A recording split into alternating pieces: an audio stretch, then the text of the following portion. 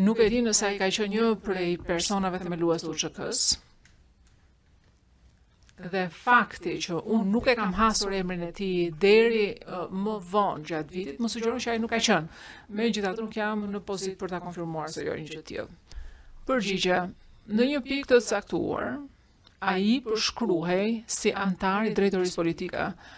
Nuk jam në gjendje t'ju them se kur është identifikuar kjo, kur është thënë kjo gjë. Por ka qenë dikur përpara Rambujes, më shumë mundësi nuk jam dot. Personi i cili donte që të hynte në takim së bashku me Armën, nuk dukej se ishte një person i nivelit lartë në hierarki. Por mund ta shihej që ai nuk është se ishte vetëm thjesht një bodyguard, një roja, por nuk kishte askush tjetër armë brenda shtëpisë. Nuk më kujtohet ta kem thënë që ky person njihej për gjeste të tilla.